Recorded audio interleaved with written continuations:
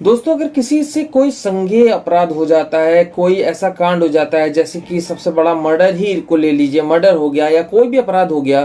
तो सबके अंदर एक सवाल होता है और उनके जो पैरोकार होते हैं उनके अंदर भी ये सवाल होता है कि क्या कानून में कोई ऐसा रास्ता है जिसमें इसको रिलीफ मिल सकता है या स्पेसिफिक रिलीफ मिल सकता है। क्योंकि कई बार क्या होता है कि अपराध जानबूझकर नहीं, अनहोनी से भी हो जाते हैं। ठीक है, तो ऐसे में क्या है कि जो अपराधी है, एक्यूज्ड है, उसने जानबूझ के नहीं किया, तो वो तलाश में रहता है कि क्या ऐसा कोई स्पेसिफिक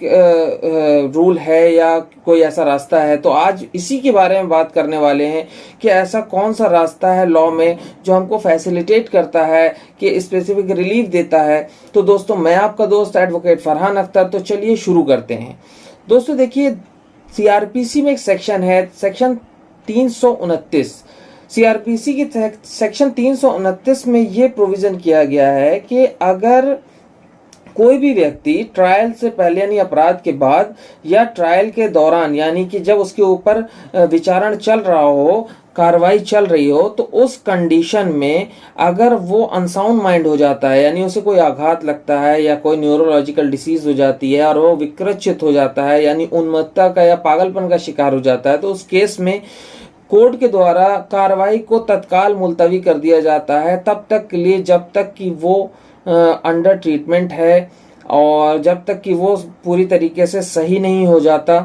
और उसको ये नहीं समझ में आने लगता कि उसके लिए क्या अच्छा है क्या बुरा है, तो तब तक के लिए सारी प्रक्रिया को मुलतवी कर दिया जाता है। ठीक है, तो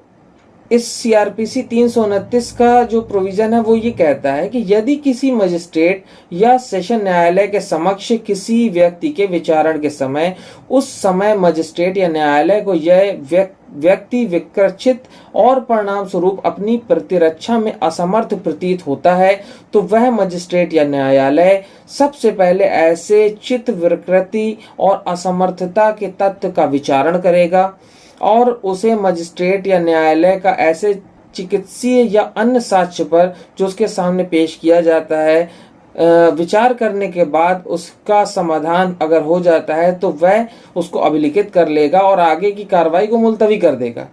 अब एग्जामिन कैसे करेगा? कोर्ट में वकील जो है वो एप्लीकेशन फाइल करेगा कि हमारे जो मुवक्किल हैं या जो अक्यूज्ड पर्सन है, यानी जिसकी तरफ से वकील है, तो वो फाइल करेगा कि ये बंदा मानसिक तौर से उसकी हालत ठीक नहीं है, यानी ये विकृत हो गया है, पागलपन का शिकार हो गया है, मेंटल डिसीज हो गया है या न्यूरोलॉजिकल डिसीज हो गया है इसको, तो ये अब कार्रवाई का सामना नहीं कर सकता, ये इसको समझ बूझ नहीं पा रहा है। तो कोर्ट ऐसे नहीं मान लेता है,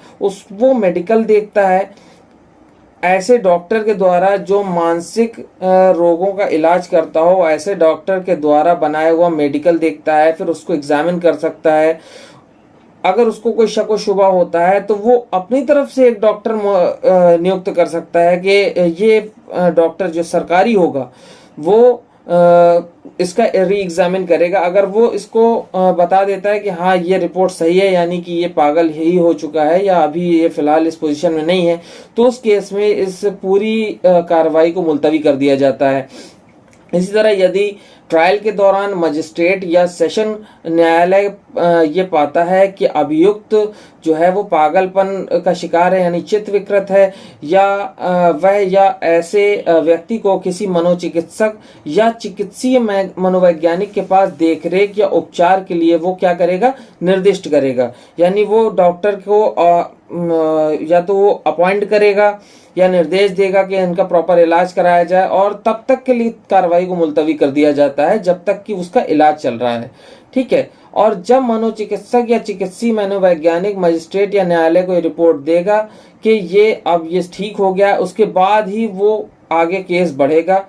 वरना केस उसी स्टेट पर, जिस स्टेज पर ये रोका गया था, केस मुलतवी किया गया था, उसी स्टेज पर रुका रहेगा हमेशा के लिए। तो ये एक ऑप्शन है, लेकिन इसका गलत इस्तेमाल भी लोग कर रहे हैं। हालांकि ये ऑप्शन ऐसे लोगों के लिए दिया गया है जो ट्रायल से पहले मान लीजिए पागलपन में ही उनसे अपराध हो गया, तो वो इनोसेंट ही माने जाएंगे एक तरह से। और कई बार ऐसा होता है कि अपराध होने के बाद उसको कोई मानसिक आघात पहुंचा या गिल्ट हुआ या कुछ भी ऐसा जिससे वो अपना संतुलन खो बैठा, तो ऐसे में भी ये चीज अप्लाई होती है। तो दोस्तों उम्मीद करता हूँ आज का वीडियो आपको पसंद आया होगा। अगर पसंद आया है तो ज्यादा से ज्यादा चैनल को सब्सक्राइब कीजिए और बेल आइकन को भी प्रेस कीजिए, ऑल पर क्लिक कीजिए ताकि लेटेस्ट वीडियो की नोटिफिकेशन आपको सबसे पहले मिलती रहे। मैं आपका दोस्त फरहान अख्तर एडवोकेट एक बार से फिर हैव ए ग्रेट डे।